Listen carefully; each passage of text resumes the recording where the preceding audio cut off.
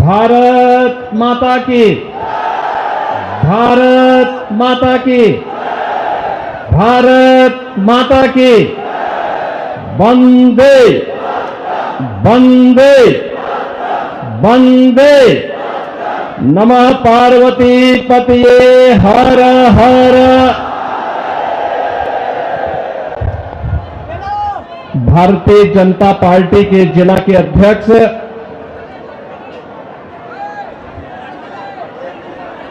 श्री राम सिया शरण जी, लोकप्रिय सांसद श्री योगेंद्र चंदौलिया जी, भारतीय जनता पार्टी के लोकप्रिय प्रत्याशी श्री बजरंग शुक्ला जी,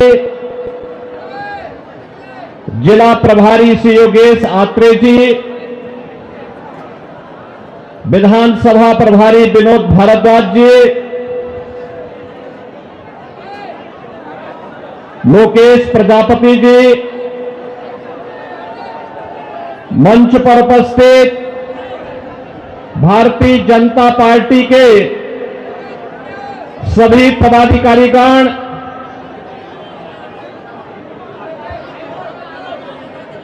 किरोड़ी विधानसभा क्षेत्र से जुड़े हुए सभी उपस्थित मेरे बहनों और भाइयों,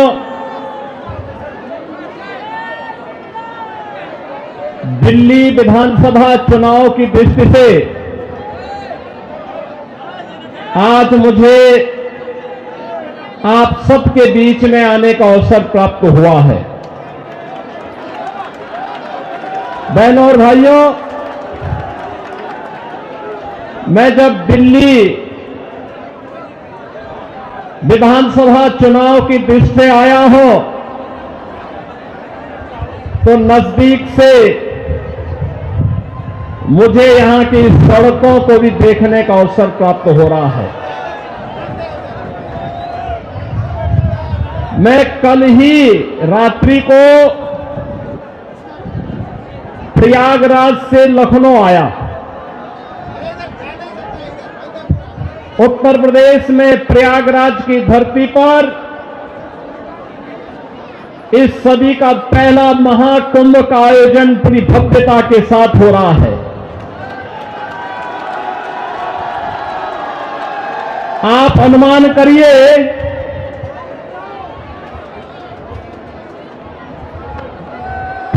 जनवरी से पौष पूर्णिमा से और आज 23 जनवरी तक इन 10 दिनों में 10 करोड़ श्रद्धालुओं ने प्रयागराज में मां गंगा, मां यमुना और मां सरस्वती के त्रिवेणी के संगम में पावन स्नान करके पुण्य के भागीदार बने हैं। आप प्रयागराज में जाएंगे तो अच्छी शानदार सड़कें मिलेंगी, कहीं गंदगी नजर नहीं आएगा,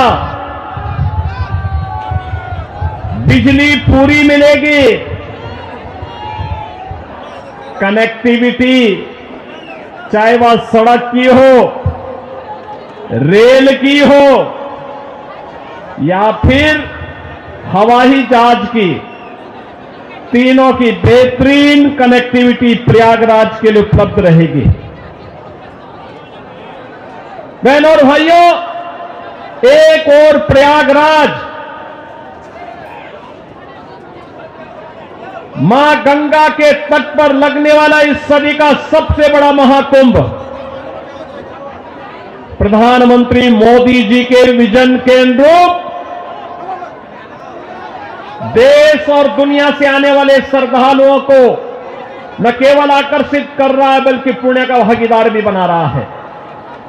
नमामि गंगे परियोजना के बाद मां गंगा की अविरल और निर्मल धारा का दर्शन देश और दुनिया कर रहा है, संगम में स्नान कर रहा है। कल आपने देखा होगा उत्तर प्रदेश सरकार के मेरे सभी मंत्रीगण, 54 मंत्री मेरे साथ प्रयागराज के संगम में एक साथ डुबकी लगाए हैं, एक साथ डुबकी लगाए हैं, पुण्य के भागीदार बने हैं। हम सब सौभाग्यशाली हैं कि देश और दुनिया से आने वाले श्रद्धालुओं की सेवा करने का इस महाकुंभ के बहाने हमें अवसर मिला और उत्तर प्रदेश को नजदीक से देखने का अवसर इन सभी पूज्य संतों को, श्रद्धालुओं को प्राप्त हो रहा है। बहनों और भाइयों, अगर एक मुख्यमंत्री के रूप में मैं और मेरे मंत्रीगण प्रयागराज के संगम में स्नान कर सकते हैं, तो मैं पूछना चाहता हूं, दिल्ली में आम आदमी पार्टी के अध्यक्ष से अरविंद केजरीवाल जी से मैं पूछना चाहता हूं, क्या यमुना जी में वह भी अपने मंत्रियों के साथ जाकर के स्नान कर सकते हैं क्या?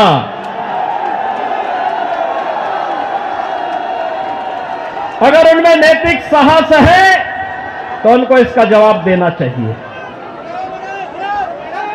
यमुना मैया को एक गंदे नाले के रूप में बदलने का अपराध क्या उन्होंने किया है कि नहीं किया है?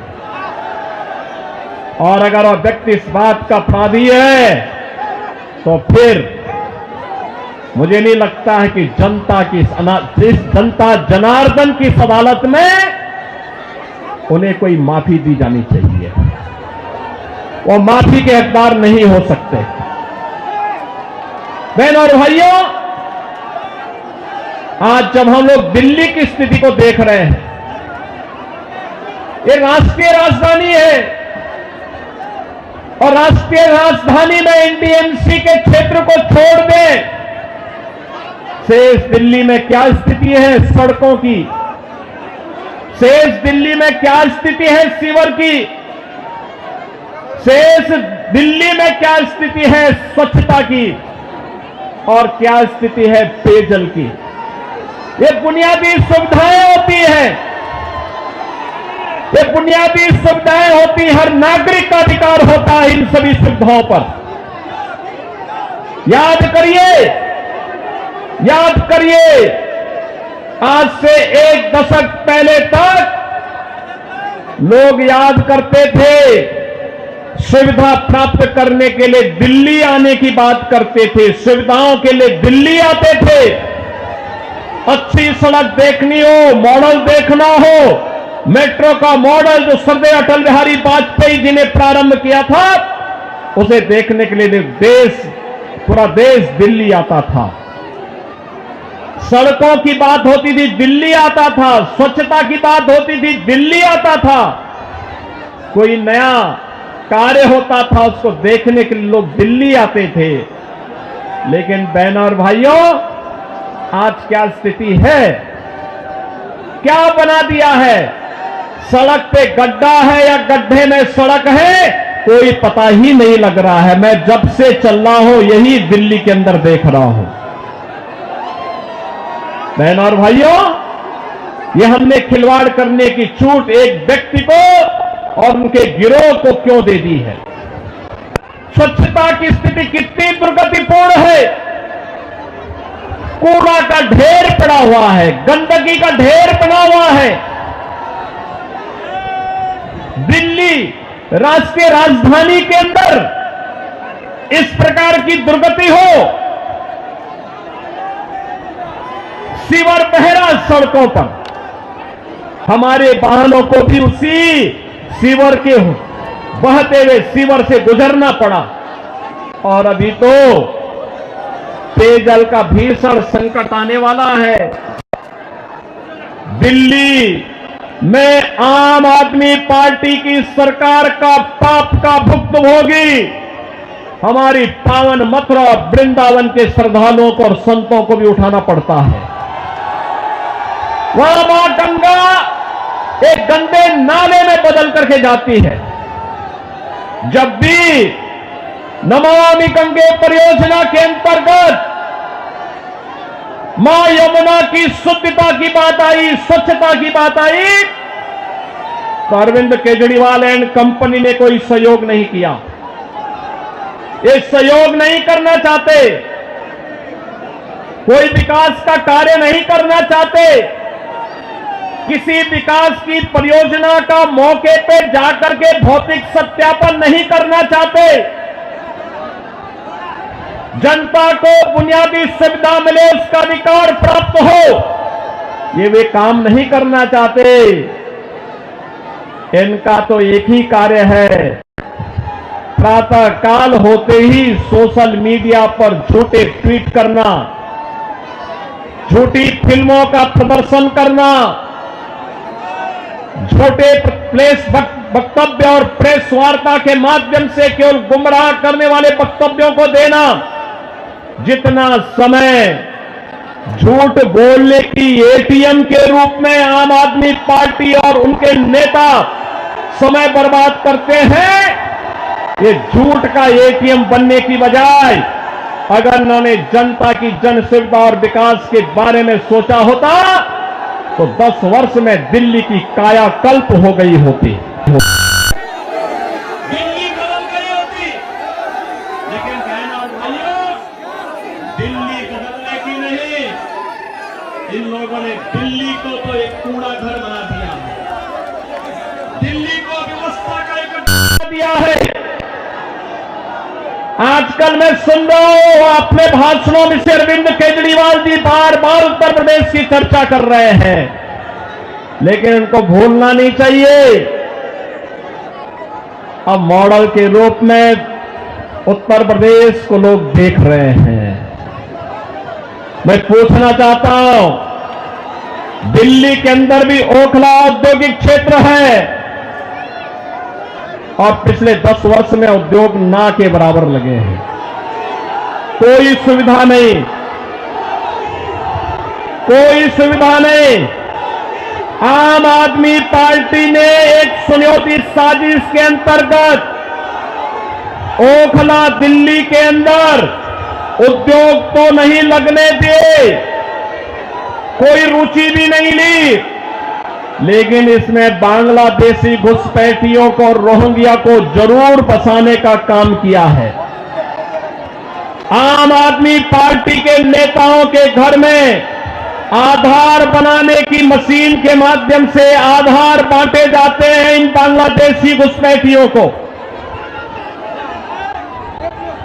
और दूसरी तरफ उत्तर प्रदेश में न्यू ओखला के रूप में नोएडा की तस्वीर भी आप सबके सामने है। आज आप जाइए दिल्ली की सड़कों को और नोएडा की सड़कों को जाकर के देखो, जमीन आसमान का अंतर नजर आएगा। दिल्ली की सड़कों को और गाजियाबाद की सड़कों को जाकर के देखो, जमीन आसमान का अंतर नजर आएगा। उत्तर प्रदेश के शिक्षण संस्थानों को, उत्तर प्रदेश के मेडिकल कॉलेजेस को और दिल्ली के अंदर यहां की राज्य सरकार के द्वारा चलाए जाने वाले वे जर्जर विद्यालय के भवनों को देख करके आप अंदाजा लगा सकते हैं कि बच्चों के भविष्य के साथ इनका व्यवहार क्या है। बहनों और भाइयों, एक सुनियोजित साजिश के तहत दिल्ली की जनता को तो इन्होंने जन सुविधाओं से वंचित रखा ही, साथ साथ राष्ट्रीय सुरक्षा के साथ खिलवाड़ भी इन्होंने उन अपने शरारत भरी कृत्यों से किया है।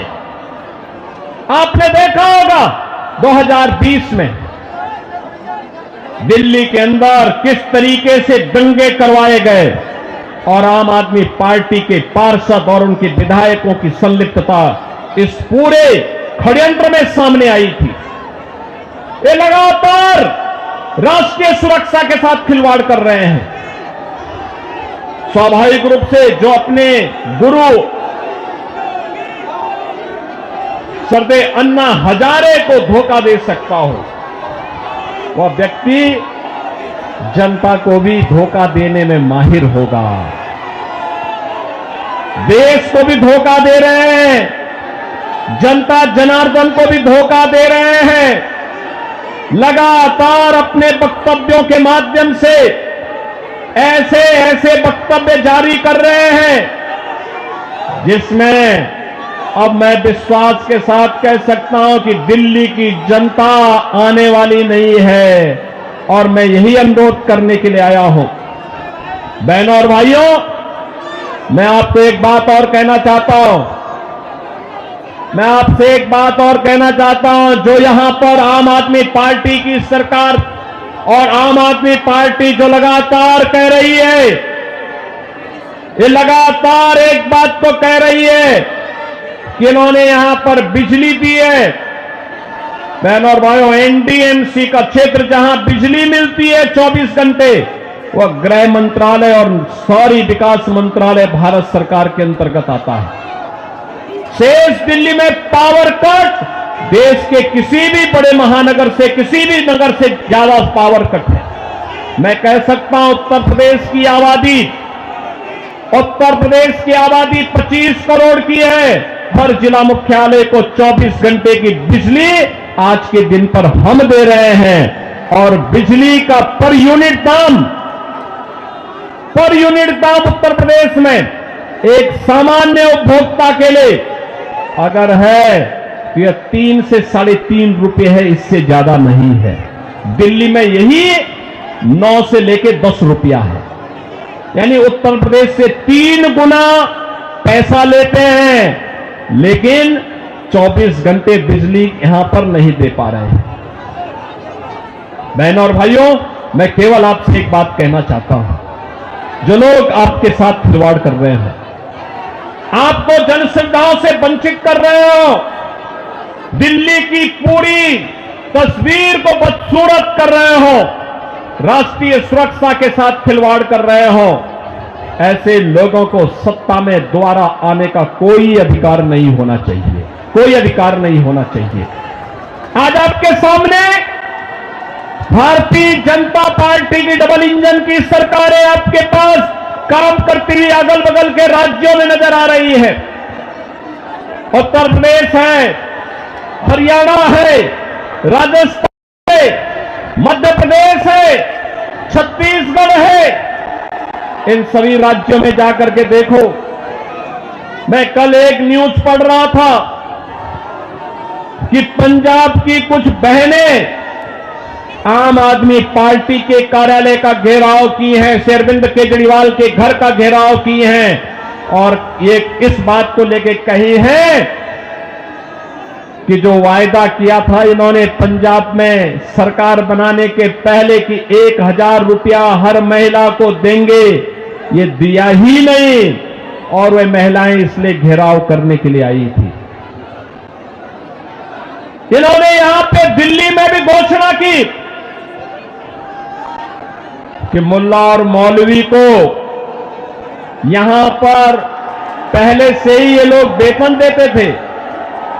आज दिल्ली की आर्थिक स्थिति इतनी बदहाल कर चुके हैं कि उनको भी कई महीनों का नहीं मिला और जब वहां से हो हल्ला शुरू हुआ तो इन्होंने उसको डाइल्यूट करने के लिए कहा कि हम पुजारियों को भी देंगे। बहनों और भाइयों, मैं पूछना चाहता हूं अरविंद केजरीवाल जी से और उनकी पूरी टीम से, क्या किसी मंदिर के सुंदरीकरण के कार्य योजना को उन्होंने कभी आगे बढ़ाया? कभी बढ़ाया? मॉडल तो आइए काशी में काशी विश्वनाथ धाम को देखिए। मॉडल देखना हो अयोध्या में से राम जन्मभूमि पर भगवान राम के भव्य मंदिर के मॉडल को देखो। मॉडल देखना हो तो प्रयागराज में आइए। प्रयागराज में महाकुंभ के आयोजन स्थल को देखो। आस्था का सम्मान ऐसे होता है। 1000 से अधिक ऐसे विरासत से जुड़े हुए धार्मिक और आध्यात्मिक स्थलों के पुनरुद्धार और सुंदरीकरण का कार्य के लिए उत्तर प्रदेश के अंदर चल रहा है या पूरा हो चुका है। बहनों और भाइयों, यहां पर आम आदमी पार्टी आपकी भावनाओं के साथ खिलवाड़ कर रही है, लेकिन वे भत्ता देने की बात और मानदेय देने की बात करते समय भूल गए कि उन्होंने बौद्ध मठों से जुड़े हुए भंतों को छोड़ दिया है। बनते भी पाए इसकी उनको चिंता नहीं। भगवान वाल्मीकि के समय से वाल्मीकि समुदाय से जुड़े हुए तमाम हमारे संत वाल्मीकि मंदिरों में पूजा अर्चना करते हैं, उनको उन्होंने भुला दिया, उनके एजेंडे में कहीं नहीं। आम आदमी पार्टी के एजेंडे में रविदासी मंदिरों के पुजारी नहीं है। यानी आज भी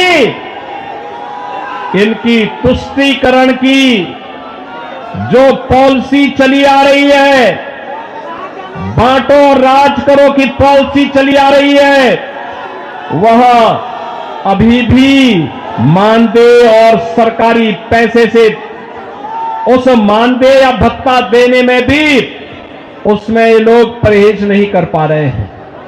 और इसीलिए तो मैं आप सबसे कहना चाहूंगा कि बहनों और भाइयों, आज प्रधानमंत्री मोदी जी के नेतृत्व में हम एक नए भारत का दर्शन कर रहे हैं। एक नया भारत अगर हमें काशी में काशी विश्वनाथ का दर्शन कराता है, तो उत्तराखंड में केदारपुरी में भगवान केदारेश्वर का भी भव्य मंदिर का पुनरुद्धार का कार्य वहां चल रहा है। मध्य प्रदेश में महाकाल का महालोक है, तो उत्तर प्रदेश के विंध्यवासिनी में मां विंध्यवासिनी का धाम भी एक नए कॉरिडोर के रूप में विकसित हुआ है। अयोध्या में 500 वर्षों के बाद फिर से रामलला विराजमान हो गए हैं। और इस अवसर पर मैं आप सबसे अपील करना चाहूंगा, यह समय है, जैसे उत्तर प्रदेश डबल इंजन सरकार का लाभ प्राप्त कर रहा है, एक साथ एक स्वर में सभी सरकारें मिल करके विकास को ध्यान में रख करके, युवाओं के भविष्य को ध्यान में रख करके, अन्नदाता किसानों के भविष्य को ध्यान में रख करके, बहन और बेटियों की सुरक्षा को ध्यान में रख करके, व्यापारियों की सुरक्षा को ध्यान में रख करके अपना कार्य कर रही है। ऐसे ही दिल्ली के अंदर भी भारतीय जनता पार्टी नेतृत्व की डबल इंजन सरकार आनी चाहिए और डबल इंजन सरकार की शुरुआत आपने कर ली है। आपने कर ली है।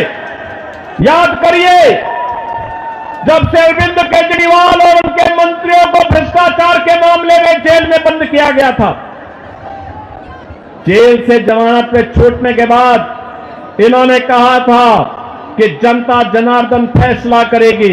अरे जनता जनार्दन ने तो लोकसभा चुनाव में फैसला कर लिया है। दिल्ली में 100% रिजल्ट प्रधानमंत्री मोदी जी के साथ रहा।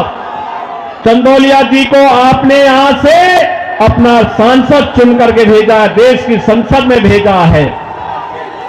तो जनता जनार्दन तो अपना फैसला कर ही चुकी है। और इस विधानसभा चुनाव में भी जनता जनार्दन फैसला करने को पूरी तत्परता के साथ खड़ी है। और इसी में मैं आपसे अपील करने के लिए आया हूं कि बहनों और भाइयों, इस किराड़ी विधानसभा क्षेत्र से भारतीय जनता पार्टी ने अपने कर्मठ कार्यकर्ता को, जिनका एक ही ध्येय है और वह है कि इस किराड़ी विधानसभा क्षेत्र को एक विकसित विधानसभा क्षेत्र के रूप में विकसित करना, यहां के लोकप्रिय सांसद श्री चंदौलिया जी के साथ मिलकर के अच्छी सड़कें देना,